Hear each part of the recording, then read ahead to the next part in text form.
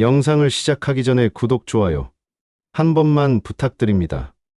1990년에 대한민국 88 서울올림픽이라는 거대한 축제의 잔상이 도시 곳곳에 남아 우리는 무엇이든 할 수 있다는 벅찬 자신감으로 미래를 향해 질주하던 시대였습니다. 낡은 것들은 빠르게 허물어졌고 그 자리에선 매일 밤 새로운 욕망의 불빛들이 켜졌습니다. 하지만 그 눈부신 성장의 그림자 속에는 미처 따라잡지 못한 과거의 어둠과 예측할 수 없는 균열이 함께 도사리고 있었습니다. 젊음은 그 빛과 그림자의 경계에서 가장 위태롭게, 그러나 가장 찬란하게 빛나고 있었습니다. 그 시절의 밤을 지배하기 시작한 새로운 문화 코드가 있었습니다. 바로 노래방입니다. 일본의 가라오케가 변형되어 착륙한 이 낯선 공간은 답답한 현실을 잠시 잊고 누구나 주인공이 될 수 있는 해방구이자 동시에 외부와 완벽히 차단된 익명의 밀실이었습니다.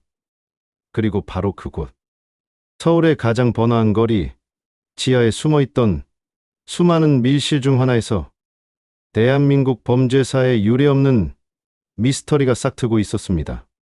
1990년 6월 23일 토요일 밤, 가장 평범해서 더 특별했던 21살의 새 친구는 그 밀실의 문을 스스로 열고 들어갔습니다. 하지만 그녀들은 그 문을 통해 다시는 세상 밖으로 나오지 못했습니다.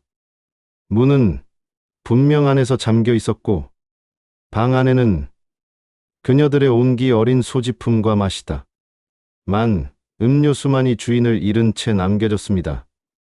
마치 약속이라도 한 듯. 세 사람이 동시에 증발해버린 전대미문의 실종 사건. 과연 그날 밤 잠긴 노래방 문 안에서는 무슨 일이 있었던 것일까요? 35년의 세월이 흐른 지금까지도 그 밤의 마지막 노래는 끝나지 않은 채 우리에게 질문을 던지고 있습니다. 안녕하세요. 이 스토리의 가장 깊은 곳, 그 서늘한 진실의 목소리를 따라 여러분과 함께 걷는 귀로 듣는 라디오입니다. 오늘 저희는 1990년 여름의 한복판에서 영원히 멈춰버린 서울 지하 노래방 동반 실종 사건의 봉인된 기록을 다시 열어 그날의 진실에 한 걸음 더 다가가 보려 합니다. 사건의 진실을 추적하기 위해 우리는 운명의 그날로부터 시간을 거슬러 올라가야만 합니다. 1990년 6월 23일 토요일. 그날은 새 친구에게 각기 다른 의미를 가진 하루였습니다. 실종된 김민희, 이수진, 박혜선 씨는 어려운 시절을 함께 보낸 고등학교 동창으로 서로에게 단순한 친구 이상의 의미를 가진 존재들이었습니다. 사건 발생 약 12시간 전인 오전 10시 명동의 한 옷가게에서 점원으로 일하던 김민희 씨는 유난히 들떠 있었습니다. 함께 일했던 동료의 증언에 따르면 평소 맏딸로서 집안 살림을 돕는 책임감 강하고 과묵한 성격이었지만 그날만큼은 다가올 저녁 약속에 대한 기대를 숨기지 않았다고 합니다. 월급날이 며칠 지났을 뿐인데 점심시간에는 백화점에 들러 어머니께 선물할 작은 스카프를 샀습니다. 오늘 저녁에 엄마한테 드리면 좋아하시겠지? 라며 수줍게 웃던 모습이 동료가 기억하는 미니 씨의 마지막 모습이었습니다. 그녀는 그날의 만남을 단순한 유흥이 아닌 고된 일상에 대한 소중한 보상으로 여기고 있었던 것으로 보입니다. 같은 시각 서울의 한 여자대학교 3학년에 재학 중이던 이수진 씨는 도서관 창가 자리에 앉아 기말고사 준비에 여념이 없었습니다.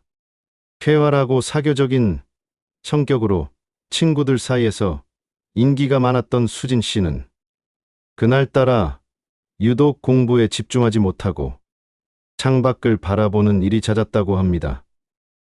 그녀의 옆자리에 앉았던 후배는 수진 씨가 노트 귀퉁이에 무언가를 적다 말고 얼굴을 붉히는 모습을 목격했다고 진술했습니다.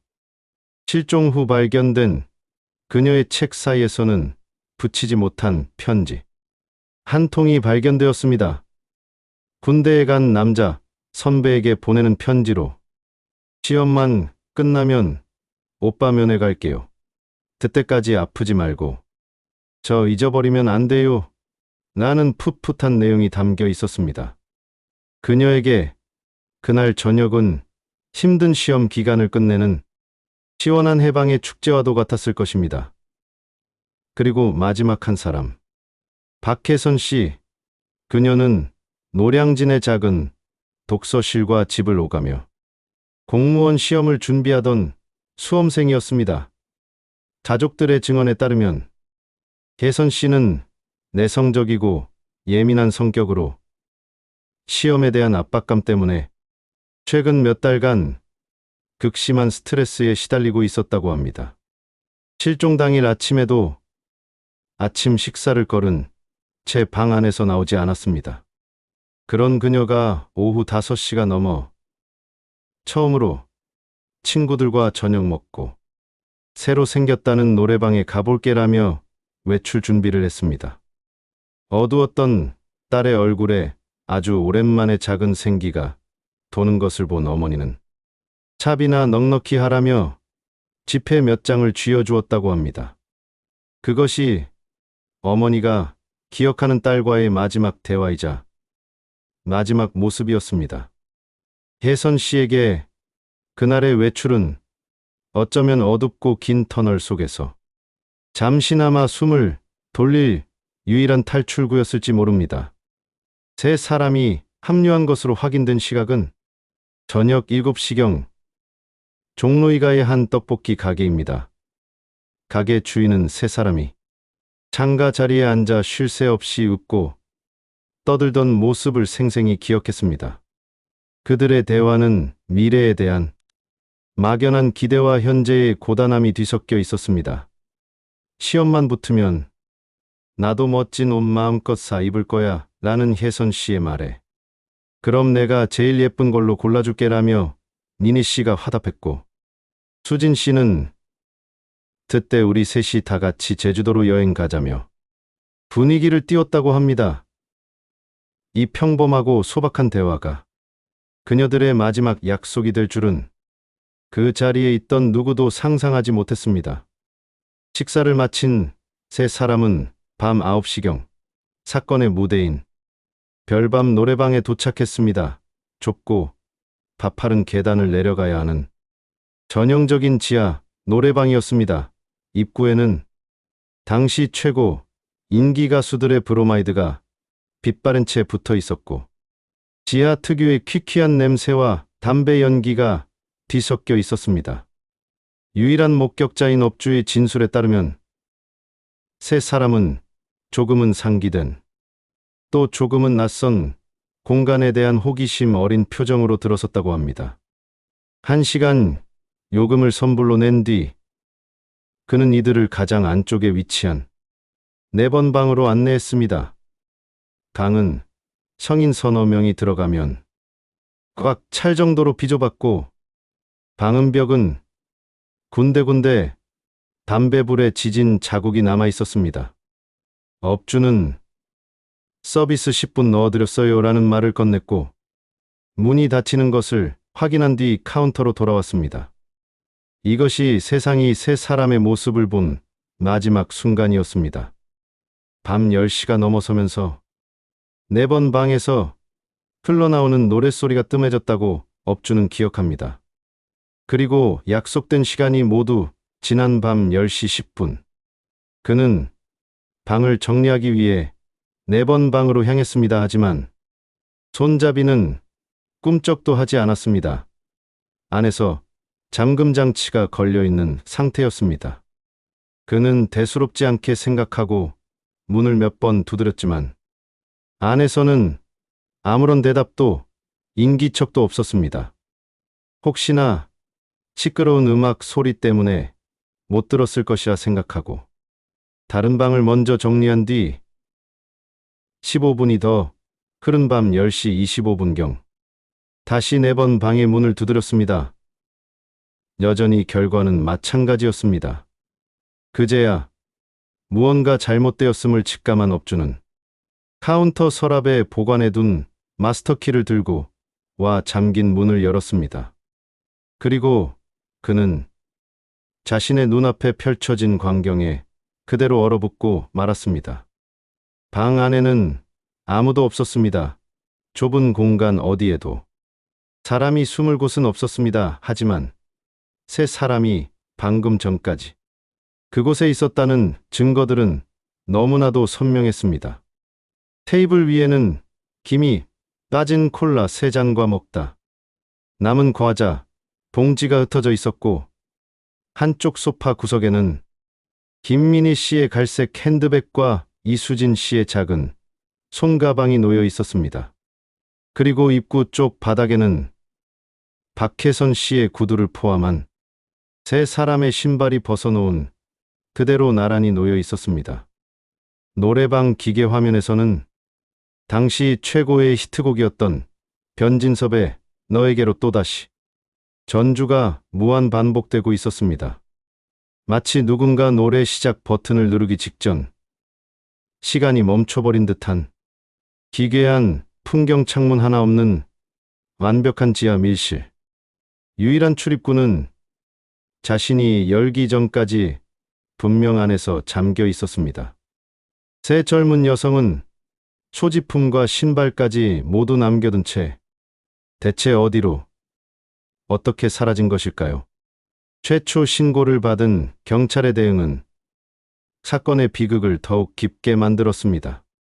관할 파출소에서 출동한 경찰관은 현장을 둘러본 뒤 요즘 애들 술 마시고 남자친구 만나러 갔겠지.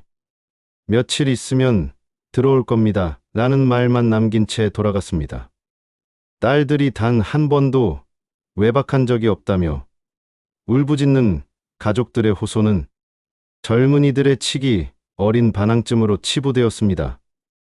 사건의 심각성을 인지하고 정식 수사팀이 꾸려진 것은 실종 72시간이 지난 후였습니다. 하지만 골든타임은 이미 허망하게 날아간 뒤였습니다. 노래방은 정상 영업을 계속했고 4번 방은 수십 명의 손님들이 거쳐가며 현장은 복구 불가능할 정도로 훼손된 상태였습니다. 뒤늦게 시작된 수사는 난항의 연속이었습니다. 과학수사팀은 노래방 전체를 샅샅이 뒤졌습니다. 벽과 바닥, 천장을 모두 뜯어냈지만 비밀 통로나 숨겨진 공간은 존재하지 않았습니다. 성인이 간신히 머리만 내밀 수 있을 정도의 좁은 환풍구는 거미줄만 가득했습니다.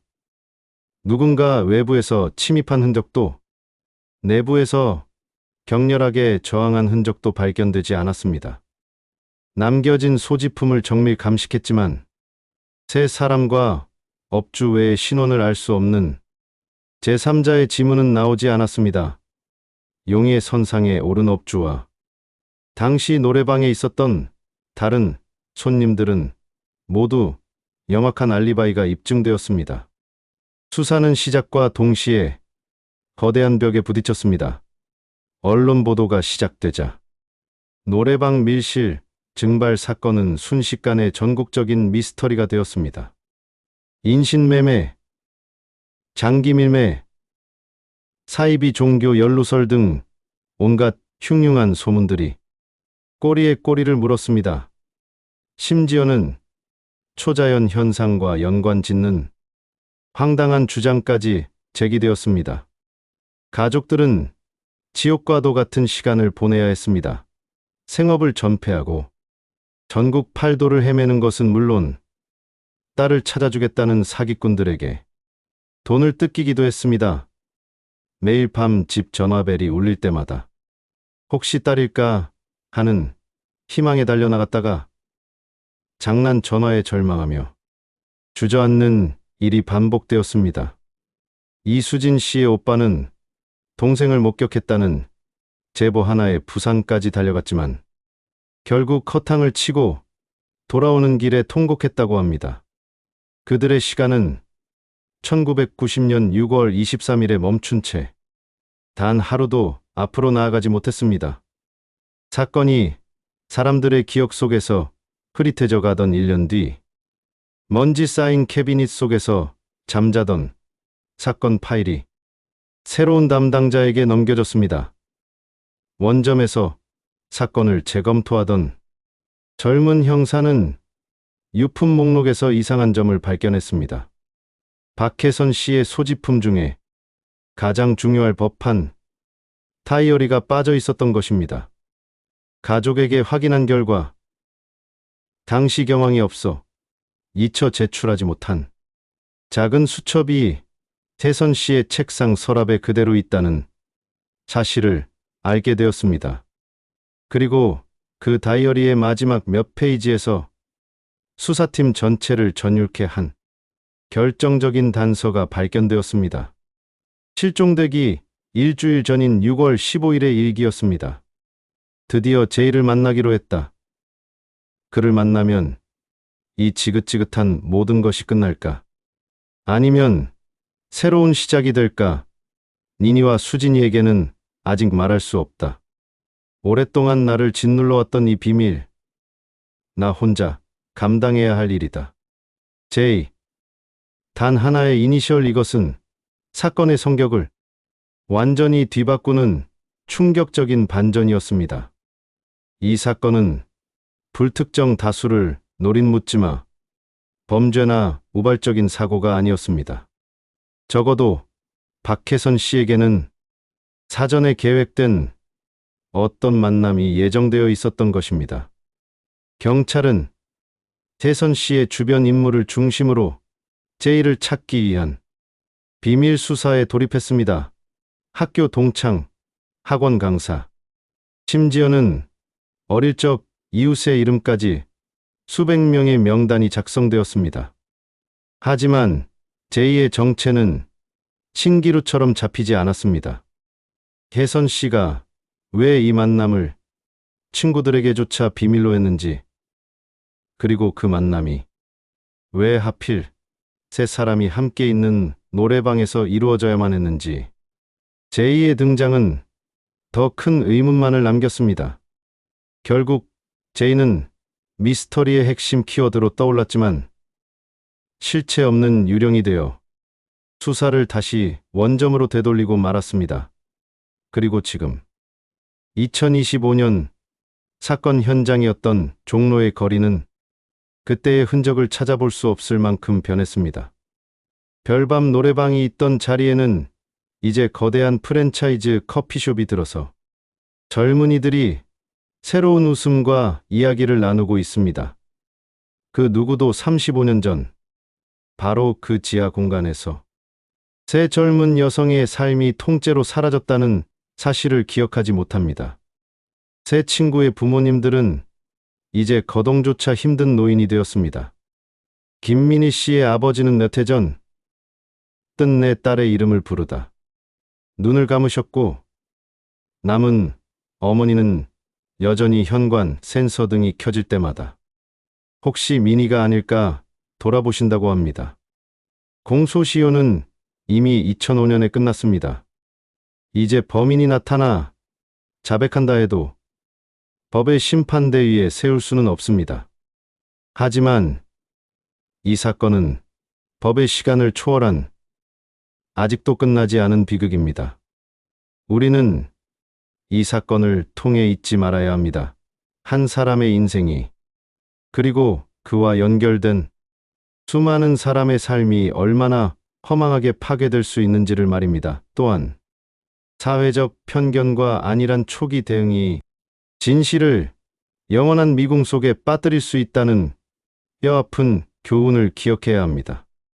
만약 그날 박혜선 씨가 친구들에게 제이의 존재를 털어놓았더라면, 만약 세 사람이 노래방이 아닌 다른 장소로 향했더라면, 만약 경찰이 조금만 더 빨리 움직였더라면 역사는 바뀌었을까요? 이제와 부질없는 가정이지만 우리는 이 질문을 멈출 수 없습니다. 우리가 할 수 있는 유일한 것은 김민희, 이수진, 박혜선, 이 세 사람의 이름을 잊지 않고 불러주는 것입니다. 그들의 존재를 기억하고 그들이 마지막으로 불렀을 노래가 남긴 기나긴 침묵의 의미를 되새기는 것입니다. 그 기억의 힘만이 35년간 굳게 닫혀있던 진실의 문을 두드릴 수 있는 유일한 용기일지 모릅니다. 1990년 6월 23일 밤, 어둡고 축축한 지하 노래방에서 그녀들이 마지막으로 선택한 노래는 무엇이었을까요? 그리고 그 노래의 마지막 소절은 과연 세상 밖으로 울려 퍼질 수 있었을까요? 그날의 진실을 알고 있을지 모를 누군가가 이 방송을 듣고 있다면 이제는 긴 침묵을 깨고 용기를 내주시길 간절히 바랍니다. 당신의 기억이 멈춰버린 세 가족의 시간을 다시 흐르게 할 수 있습니다. 지금까지 귀로 듣는 라디오였습니다.